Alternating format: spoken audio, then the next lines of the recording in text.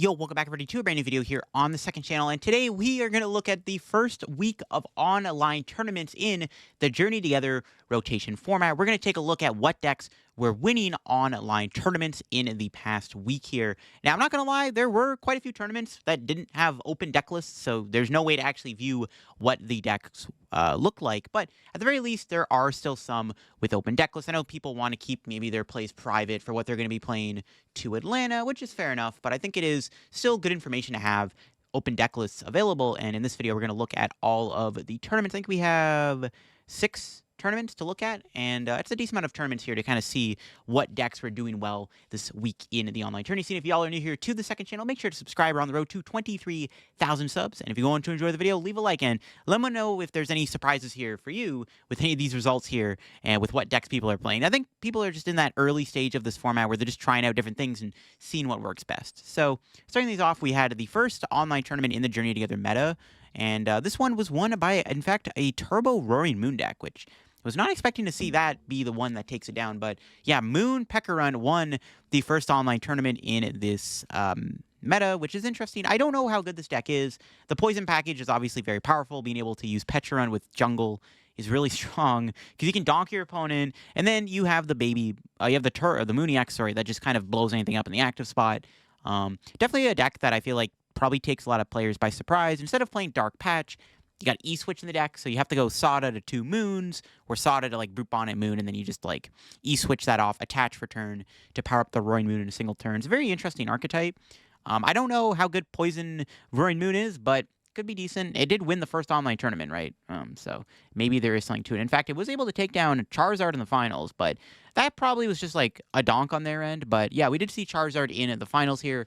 I think Charizard is decent in this format. This one was playing a Precious Trolley as the A-Spec, so really just trying to set up the board over anything else, which is decent against, you know, Teal Mask or Wellspring Ogre Pawn. But Teal Mask especially can be countered. There's a Gouging Fire in the deck here, which is good against Cornerstone, good against Milotic, and, you know, it can be relevant in some other matchups, like maybe against Teal Mask. But, yeah, it looks like a pretty decent little, like, Charizard 60 here. It is playing Genesect in the deck, too, which is an interesting inclusion. Probably to shut off Sparkling Crystal and Unfair Stamp and stuff to just cheese the opponent even harder, which isn't a bad idea. Yeah, I like it. Especially if the Genesect doesn't really matter because, like, you have the Trolley, so you're just setting it up really quickly. Getting it down turn 1 is good in, like, other Trolley situations. They're playing Budu over Cleffa, which is interesting. It's a very, very interesting take here on Charizard over the Maximum Belt, but it's cool. And then top 4, we had Dragapult. I mean, yeah, Dragapult's just, it's Dragapult, like, the deck does lose a little bit with rotation, but the deck is still very powerful. It still has a lot of its core engine with the Dusknoir and the Budu. Playing Jock now instead of Lance, which is a less good Lance, but, you know, it's the best replacement we got in the deck. Playing Unfair Stamp over the Sparkling Crystal is interesting, but you're not really going as fast anymore with Dragapult. You're just trying to be a little bit more slower. You're trying to set up multi-prize turns with Dusknoir and trying to just win the game that way by slowing them down, shutting them out of the game. So yeah, decent little Dragapult deck here. Not surprised to see it do well. We're going to probably see a little bit more Dragapult here in these online tournaments for sure.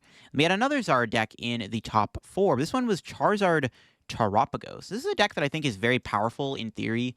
Terapagos does also give you an attacker versus Cornerstone Ogre Pawn, and it lets you use Noctowl, which is a very strong way of setting up your board and getting Rare Candy Charizard. Instead of playing Pidgeot, you can just use Noctowls instead. Still plays the Dusknoir, obviously, but it does have stuff like Blood Moon in the deck, which kind of replaces Radzard. You have the Mew. You can also one-prize board state your opponent and attack with Fan Rotom before you put the Charizard down, which I think is actually a really genius approach. You have the Dusknoir and the Dusclops to, like, do that, but the Fan Rotom makes it even easier and puts on even more pressure. And then the Max Belt being the Ace-Spec is also really good. So seeing the Zard Terapagos in top 4 is nice, and I think this deck definitely has potential for sure.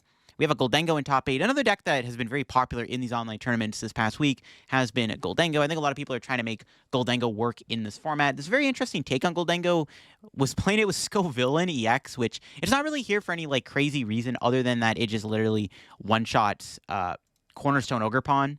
That's literally why it's in here. You just Crushing Headbutt the Cornerstone. That's why it's in the deck. It's a very weird card to see in the deck. But I mean, is it optimal? Probably not. But it is funny to see it. It was able to get top 8 in this tournament. And I guess there are some funny plays you can make with like Iono and Scoville. And you have to Crispin to it if you want to build it up, though. That's the other issue. If you want to power up the Scoville, you got to Crispin to it. But yeah, other than that, it's literally just like a counter to Cornerstone. I guess there is some Gust potential with it, as its first attack can do that, but yeah, it's a funny little Goldengo deck. We had Pulsar in the top 8, so there's 3 different Charizard decks in the top 8. This Pulsar list is quite crazy. It's playing triple Klefki, and it has Blood Moon in the deck. No Pidgeot, just playing triple keys, trying to stop the opponent. Pretty good against Terrabox so that they can't, like, essentially use Safan Rotom, and they can't use Teal Mask's ability. They can't Wellspring you as easily, which I guess is like the logic behind playing the keys.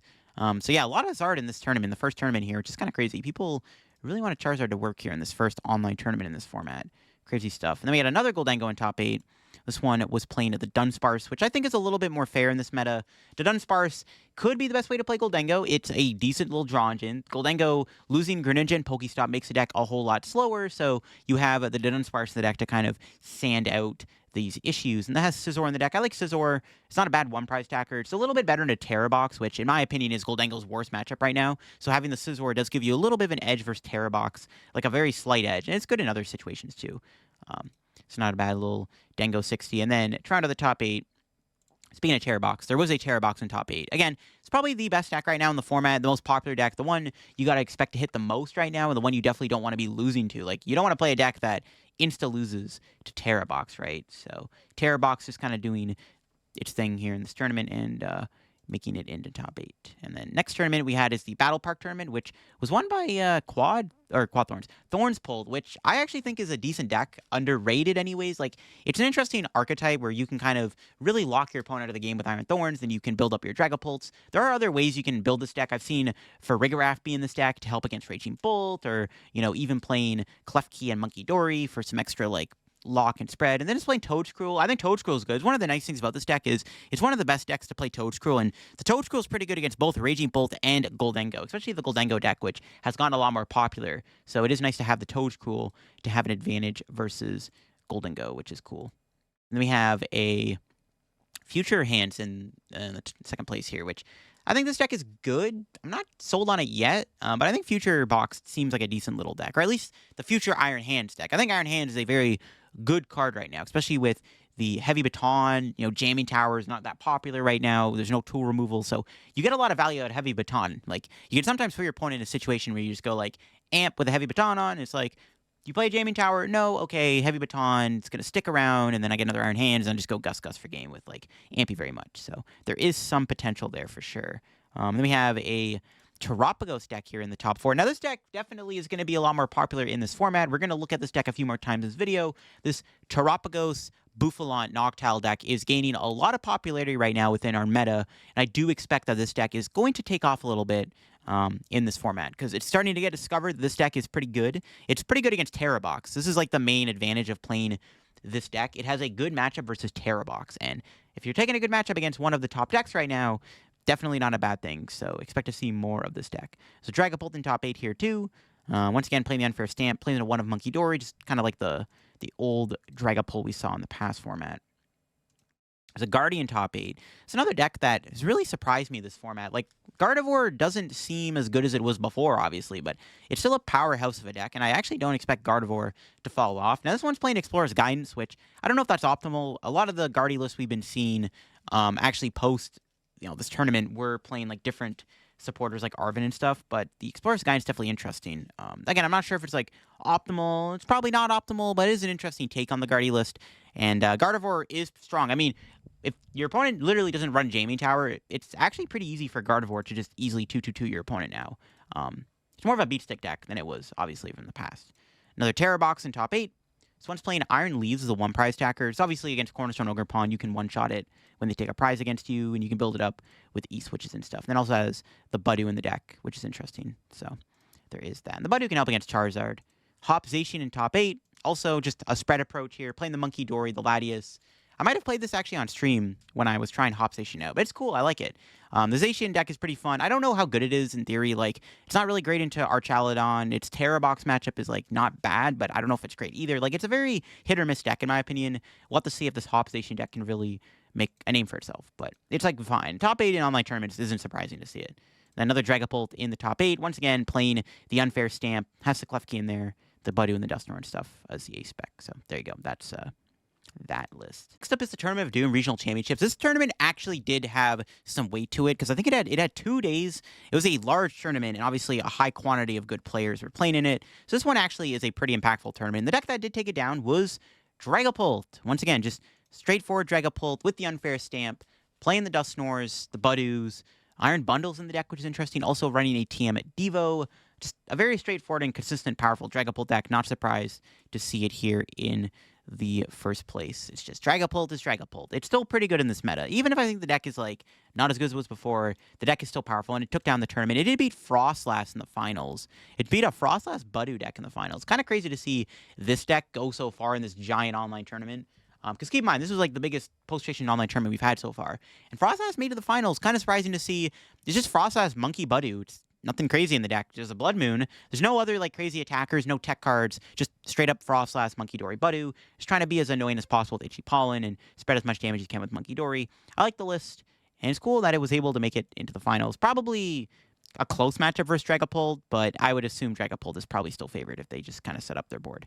And we had Celio's Network here in top 4 with that Terrapagos tank deck. A bit different than the one we just looked at. It's playing Scoop Up Cyclone as the A-Spec, no Pidgeot. Yeah, so this deck I think definitely is getting legs right now.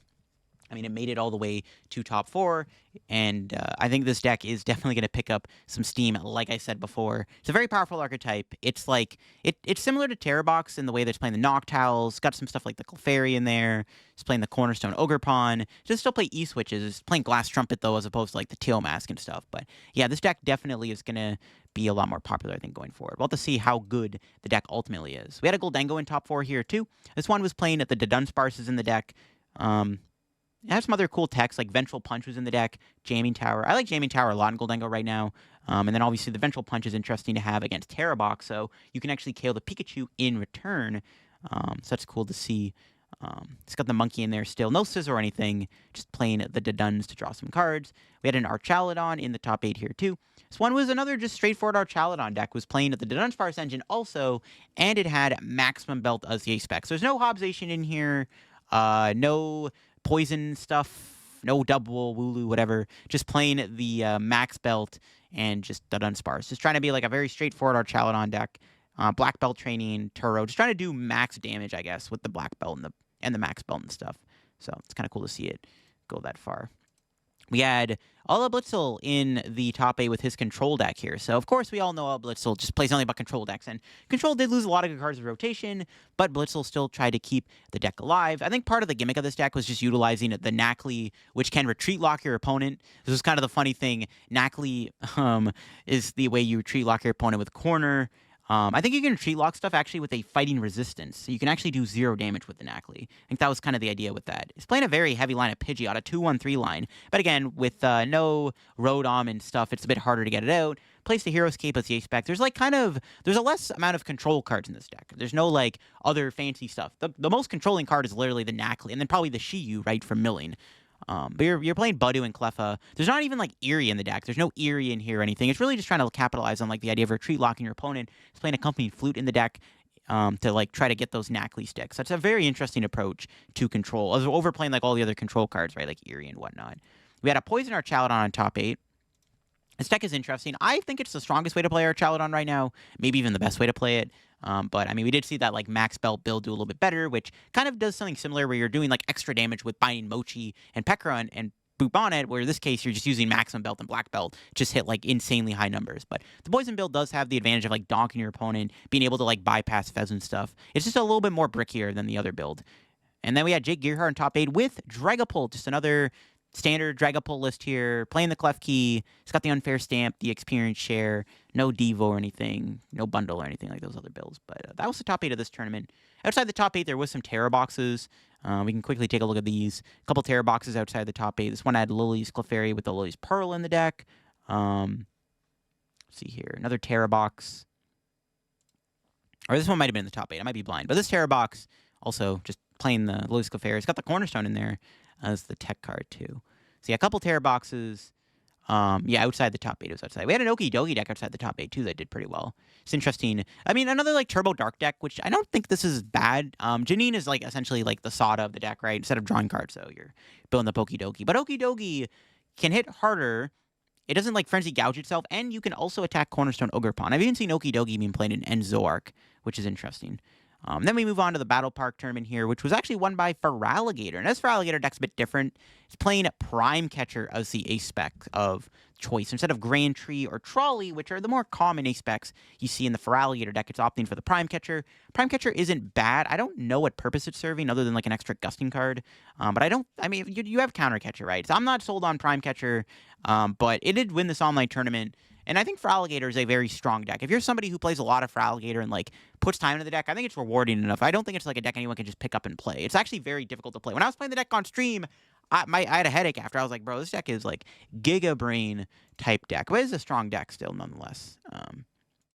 We did beat the Terapagos Bufflon deck in the finals, which I assume this deck, like, it plays one Turo. You can just, like, pretty easily probably trap stuff. And also, this deck has limited outs to beating Mimikyu with Luxurious Cape on it. Like, Luxurious Cape, with a bunch of monkeys in play, I'm assuming Mimikyu is going to be very good against. You can just, like, keep setting Monkey Dories up, and then, like, the Fan Rotoms eventually, you lose their value against Mimikyu, because they're doing, like, 10 damage at a time.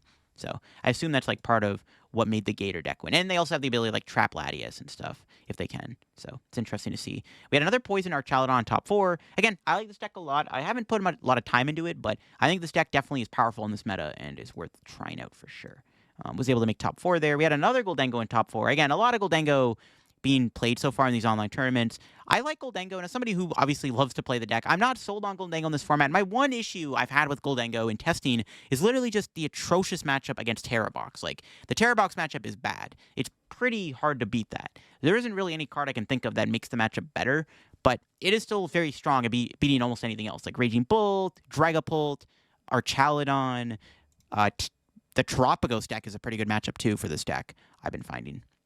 We have another Terapagos deck here. This one isn't playing the Cornerstone Ogerpon, though, also playing Trolley as the spec, but another, like, tank Terapagos deck here in the top 8. Definitely a deck y'all need to know about, because it is getting a lot more popular. So Raging Bolt in top 8, played by Maddox, my goat Maddox, playing Raging Bolt with a Dusknoir in the deck and the Owl. So very interesting idea. The Dusknoir can kind of give you extra decent little plays to knock out extra annoying Pokemon, and then you have the Slitherwing in the deck as the one-prize attacker other than the Fan Rotom. The ancient one-prize attacker, I should say. Then we have another Poison Archaludon in top 8. Cool stuff. Yeah, just normal Poison Bridge, doing Poison Bridge things. Cool deck. I like that deck. And then finally in the top 8, we had yet another Raging Bolt here, playing the Owls. This one had a Cornerstone Ogerpon in the deck, which can be pretty good in a lot of situations where you can, like, win the match by just putting it into play and attacking with it, or having it also as an extra attacker, which can be kind of cool. And playing Slitherwing too. A lot of one-prize attackers. That's one thing I like about Raging Bolt is there's a lot of one-prizers. There is a Walls deck outside the top 8 here. Walls is definitely in an interesting spot. I've been thinking about the deck myself personally. I think Walls has potential in this format, but I haven't figured out if it's any good. I don't know. Like, it has polarizing matchups. Like, I feel like it has a lot of auto losses like Gardevoir, but it has a lot of really good matchups when they don't respect it. We have the Pumpkin Amy tournament, which was also won by the Terapagos Bufflon deck. Like I said, this deck is getting a lot more popular now, and it's a deck you have to look out for sure. So, yeah, this one took down the online tournament. Similar 60 to what Celio played, I think, in that Tourney of Doom tournament. Then we had another Dragapult here in the finals. I assume Tank Terapagos is like 50-50 into it. This one doesn't play Dusknoir. That's probably why. Yeah, this deck has no Dusknoir in it. Dusknoir probably gives Dragapult an advantage. And then we had a Terrabox in top 4, playing the Cornerstone Ogerpon also as the tech card of choice. We had a Hobzation top 4. That's exciting to see. It's another spread build here with a double monkey. Again, I'll have to see how good this deck actually is in this format. This one has Secret Box as the spec instead of the Prime Catcher we saw in the other Hobzation decks. We had a Blissey in top 8. This one's like the Blissey. No, it's Blissey Pikachu. Okay, I thought it was like Blissey Walls, because that was like the more common way Blissey was being played, but it's actually Blissey Pikachu. Cool. So it's like instead of like Terra Box style approach, you just use Blissey's ability with Glass Trumpet to power Pikachu every turn as an attacker. We have the Clefairy, the Monkey Dory in there. Blissey's not even the worst attacker either. It's a cool list. Playing Carmine, too, is interesting to be a little bit more like Turbo. Kind of cool stuff. Blissey has potential for sure in this meta. I'm excited to see Blissey do well in the future. A couple more Dragapults in the top 8. Once again, playing the Dusknoir, the Blundle, the Unfair Stamp. I think I called it Blundle. The Bundle. Broken card. All right, let's see. All right. Ooh, whoops. Skipped a little bit too far ahead there. Another Pult in top 8. This one's got interesting tech cards. Maractus, Lily's Clefairy, and Lily's Pearl. I guess the Clefairy is obviously good in the mirror, good against Raging Bull, which is probably a tougher matchup for Dragapult than then. The Maractus is interesting to try to trap your opponent. I guess Maractus is kind of broken with Dusknoir. If you can trap something for a couple turns, you can really set up some crazy combos with Dusknoir. That's interesting. We had a Sarah Legend top 8 here also. Sarah Ledge is another deck that lost quite a bit with rotation, losing Palkia, Greninja, Pokestop. Not great for the deck, obviously, but the deck still has power with Brilliant Blender and stuff. This build's playing some basic energy in the deck to build up Cornerstone Ogerpon and also the Monkey Dory as an option too, and playing Budu and Cleffa. You can kind of slow your opponent down while you kind of just ramp up things in the discard pile. So it's a cool take on Sarah Ledge. Again, it's another deck that I would maybe keep my eye out on. I'm not sold on the deck yet because it did lose a lot of power, but it's not a terrible deck in theory, right? If you can make it work, it seems pretty good. If it lets me go back here, there we go. Outside the top 8, we have another Moon deck. Can quickly look at that, I guess. There's another Poison Moon. This one's a bit different. It's got the Baby Moon in there. It's like an extra attacker in that build. It's cool stuff. Went a little too far back again. My computer is being very slow right now. I don't know what the heck's going on.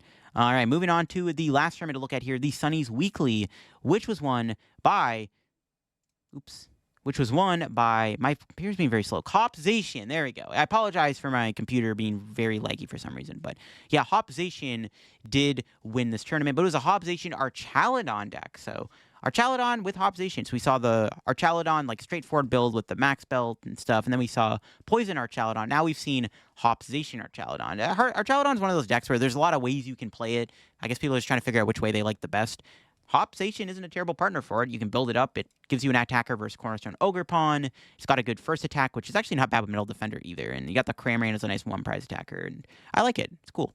It won the tournament. It did take down the Ends Zoroark deck in the finals, which is a pretty close matchup. But this Ends Zoroark deck was super spicy because it was playing Terapagos and Area Zero to fill up your bench even more. One of the issues I had with playing Zoroark was actually bench management, but having the Terapagos does make a difference. Also has E-Switch with the Ends PP up for Energy Excel. Playing Luxray in the deck as a lightning attacker, which can be good against Wellspring and other lightning weak Pokemon you might run into. And it's a one-prize attacker. And then you have, obviously, the Darmanitans, which can take advantage of the reversal energy, too. So that's a very interesting take on Ends Zoroark. Again, that's the deck that I think we have to figure out the best way to play it before it does well. We had another Poison Moon deck here in top 4. It's one pretty similar to what we saw win that first online tournament we just looked at.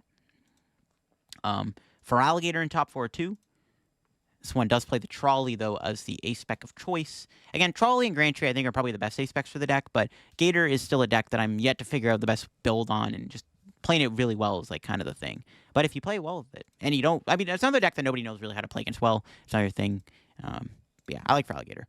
Guardian top 8. This one's got the Blender. It's got the Drifloon and the Screamtail. Yeah, Guardy, again, seems pretty good. It does beat a lot of these, like, more fringe decks, like for Alligator, Walls, any deck that relies too heavily on, like, Cornerstone Ogerpon. It's pretty good against. We got another Tank Terapagos deck here in the top 8. Yeah, it's got the Cornerstone. Prime Catcher is the ace spec instead of Scoop Up Cyclones. That one's a bit different than the other list we saw. We had another Poison Archaludon deck here. This one's got a Pawniard in the deck. Not sure what that's doing in there. That's got to be a deck mistake, right? That's got to be that's got to be Pekka-Run. That's definitely like a deck mistake. Yeah, there's no way. There's no way bro pulled out with a Pawniard in his deck when it does literally nothing. It's definitely supposed to be a Pekka-Run. I don't know if it must have been a deck list mistake. The person probably submitted the wrong list or something. That's very funny that that's the case. They make top 8 too. It's like pretty good. And then we have the Raging Bolt deck here with a Great Tusk. So the idea of Great Tusk is interesting. I mean, you're basically just trying to attack Cornerstone with it. The problem with Great Tusk, though, is, well, you can build it with Sada.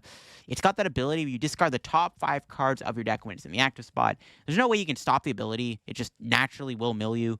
It is unfortunate, but as long as you play carefully, you can technically knock stuff out with Great Bash without having to worry about it. Also one-shots Cornerstone with a Bravery Charm on, so it's actually really good against that Terapagos deck, which is, I think, one of the main reasons. But it also can attack other like things like the Farigiraf and stuff. So that was the top 8 of this tournament. And then, yeah, this was the first week of the online tournaments. Again, there were some tournaments where they had a decent amount of players, but they were closed deck lists, so we actually can't see the deck list. But it's a very interesting first week of results. Things to note, Dragapult doing really, really good. Archaludon pretty popular too. The Poison Archaludon being popular. Goldango also fairly popular. And the Terapagos Buffalon deck being popular. We'll have to see how that Terapagos deck does going forward, especially heading into Atlanta. But I'll be interested to see what other decks can pop up here and there in our meta. Stuff like Walls wasn't as popular. Charizard didn't have a great run either. Like, there was the one tournament with those Charizards in top 8, and that's it. We didn't see another Charizard deck in the top 8. So that makes me wonder if Charizard is any good this format, or if it's just not good. We saw, Blissful trying to revive Control. Saw a little bit of future decks, the Pult Thorns doing well in a couple tournaments. We saw the Future Hands deck too. So Hopzation in a couple top 8s. So yeah, still nice little interesting results here. Probably just still in the early phases of like testing and stuff. So I'm sure we'll see a little bit more of an evolution heading in to Atlanta. So it'll probably be another one of these videos next week where we can kind of see what else is doing well in the online tournament scene. But hope you enjoyed the video here on the channel, looking at these online tournament results. If you enjoyed the video, leave a like. If you're new to the channel, subscribe down below. Once again, we're on the road to 23,000 subs. I'll leave a link to Play.Limits down below if you want to go check out any of the results for yourself. Catch y'all later. Have a good day, and bye-bye.